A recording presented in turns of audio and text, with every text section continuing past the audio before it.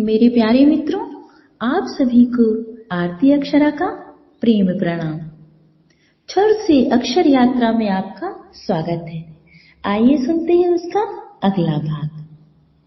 साथियों, आज यदि हम शांत बैठकर अपने आप का आकलन करें तो हम पाएंगे कि हम विचारों से घिरे हुए हैं।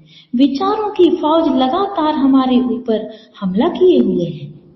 हम इतना ज्यादा विचारों से भरे हुए हैं कि हमारे मस्तिष्क को विश्राम ही नहीं मिल पाता और इसी कारण हमारे मस्तिष्क का अधिकतम उपयोग नहीं हो पाता। वैसे तो विचारों का स्रोत अनंत है, हमेशा हमारे भीतर विचारों का प्रवाह होता है, परंतु यदि गौर करके देखें तो हम व्यर्थ के या फिजूल के विचारों से, जिनका हमारे जीवन में कोई उपयोग नहीं है, उनसे ज्यादा घिरे हुए हैं, जिससे हमारी सृजनात्मक क्षमता पर नकारात्मक प्रभाव पड़ता है और हमारी सकारात्मक क्षमता, हमारी सृजनात्मक क्षमताएं क्षीण होने लगती हैं।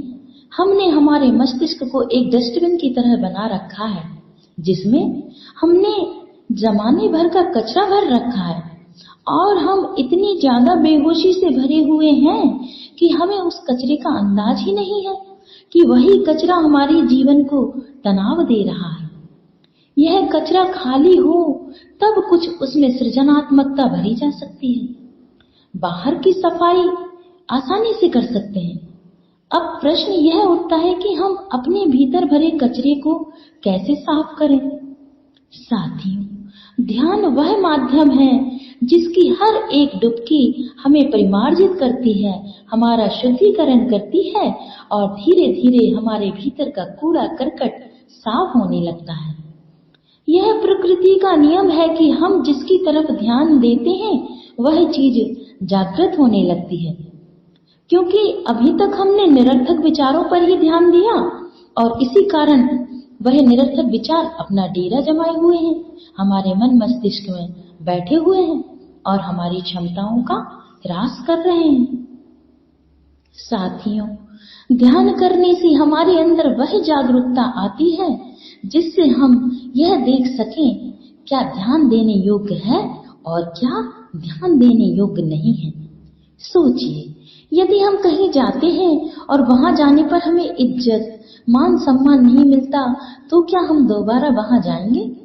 ऐसे ही जब हम फालतू के व्यर्थ निरर्थक विचारों को मान सम्मान नहीं देते, हम उन विचारों को जब जागरूक होकर देखते हैं कि यह विचार फिजूल के हैं और उन पर जब हम ध्यान नहीं देते हैं, उन्हें ऊर्जा नहीं देते हैं, उन्हें मान सम्मान आदर सत्कार नहीं देते हैं, तो धीरे धीरे वह विचार विलीन होने लगते हैं। साथियों, ध्यान सहज सरल स्वाभाविक रूप से हमें निर्विचार अवस्था की ओर ले जाता है, परंतु यहाँ निर्विचार को जान लेना बहुत जरूरी है। लोग निर्विचार को इस तरह समझते हैं कि विचार आए ही ना। यदि विचार आएंगे ही नहीं तो फिर नए नए आविष्कार कैसे होंगे? एक कवि कविता कैसे लिखेगा? एक पेंटर पेंटिंग कैसे करेगा?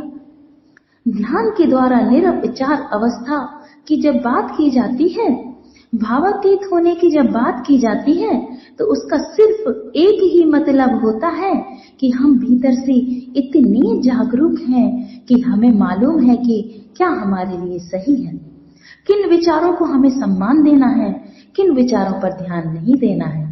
यही जागरूकता निर्विचार की अवस्था कही जाती है। यह चेतन की अवस्था है जहां सृजनात्मकता पूरी तरह जागृत है। हम यदि प्रकृति के चारों ओर नजर दौड़ाएं तो हम पाएंगे कि प्रकृति में जो कुछ भी घट रहा है वह गहन मौन में घट रहा है।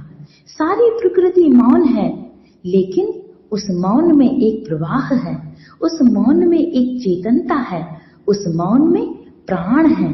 लेकिन हमारे मन की तो परिभाषा यह है कि हम मौन तब माने जाते हैं जब हम चुप बैठे हों, होंठ बंद किए बैठे हों, तो हमारे लिए मौन है।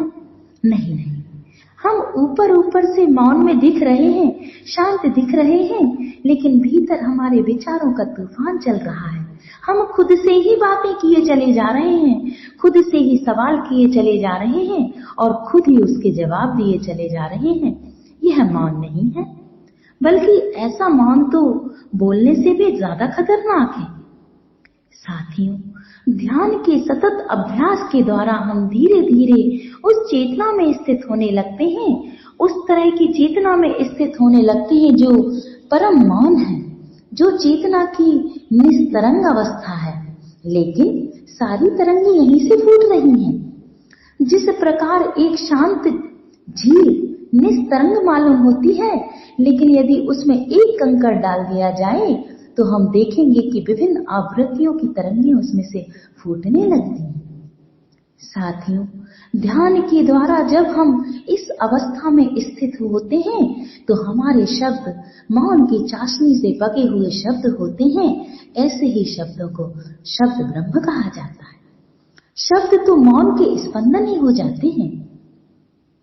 अभी हम जो शब्द बोलते हैं वह केवल खाली डिब्बे की तरह खड़खड़ाते हुए शब्द हैं, लेकिन जो शब्द मौन में स्थित होने पर हम बोलते हैं वह शब्द अपने भीतर लिए होते हैं चेतनता का एक प्रवाह, अपने भीतर सृजनात्मकता लिए हुए होते हैं, अपने भीतर प्राण लिए होते हैं, अपने भीतर वह संगीत लिए होते हैं।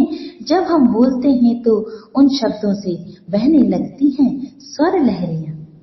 उठो, जागो, खाली कर दो अपने मस्तिष्क को निरर्थकता से, ताकि स्थान पा सके उसमें सृजनात्मकता।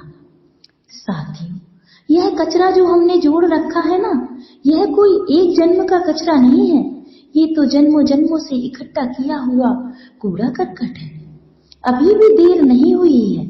आओ, ध्यान की झाड़ू उठाएं और अपने जन्मों से इकट्ठे किए हुए कचरे को एक एक करके साफ करने की हिम्मत जुटा लें। आओ, एक कदम बढ़ा ही लें। नहीं नहीं, अब और नहीं, अब जाग जाओ। जब जागो तभी सवेरा। आओ, आज अभी इसी पल से इस कूड़ा करकट को साफ करें। आओ, ध्यान करें।